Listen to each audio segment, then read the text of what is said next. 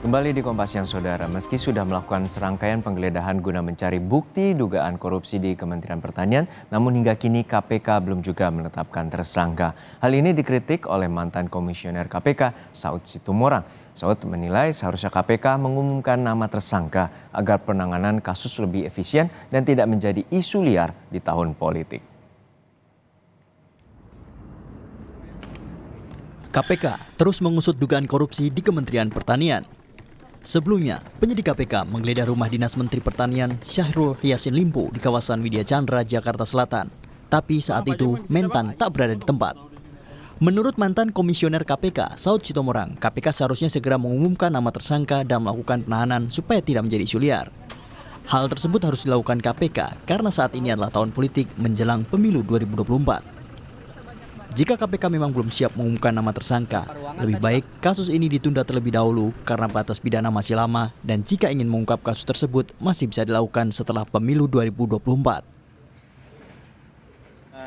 Yang paling baik sebenarnya begitu disebutkan karena ini kan extraordinary crime. Jadi harus extraordinary effort.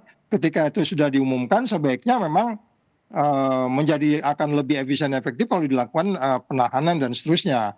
Apalagi ini tidak menyebutnya namanya, tapi kan nggak mungkin ya. Masa rumah ini digeledah saya nggak TSK, nggak mungkin juga gitu.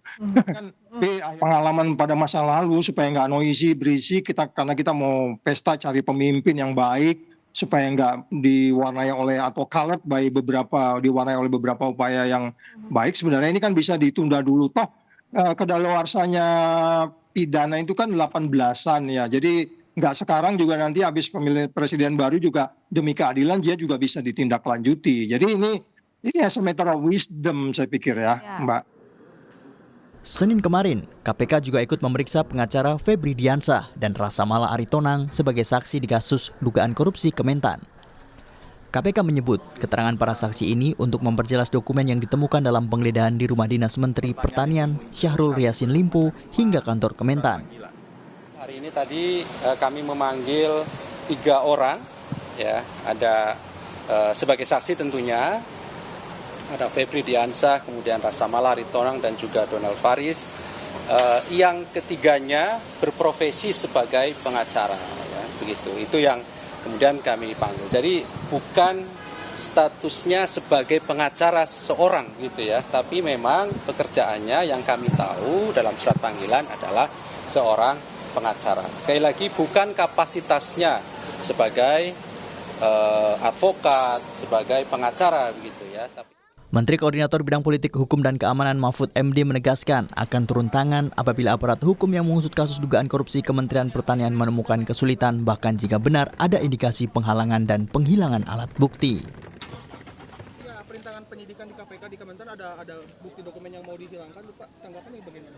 Di mana itu? Di Kementan katanya. KPK menyebut ada bukti dokumen yang mau dihilangkan. Ya harus diusut. Itu tindak pidana sendiri kalau memang ada ya. Saya tidak tahu, belum dengar. Tapi kalau itu memang ada, harus diusut. Satu korupsinya sendiri. Itu adalah tindak pidana, penghilangan dokumen. Tindak pidana juga, ada hukumannya sendiri. Itu harus dikejar. Iya harus diselidiki. Harus diselidiki kalau itu senjata benar dan tanpa izin serta tanpa hak penggunaan ya harus diproses hukum lagi. Pokoknya hukum harus ditegakkan lah kalau negara ini mau baik.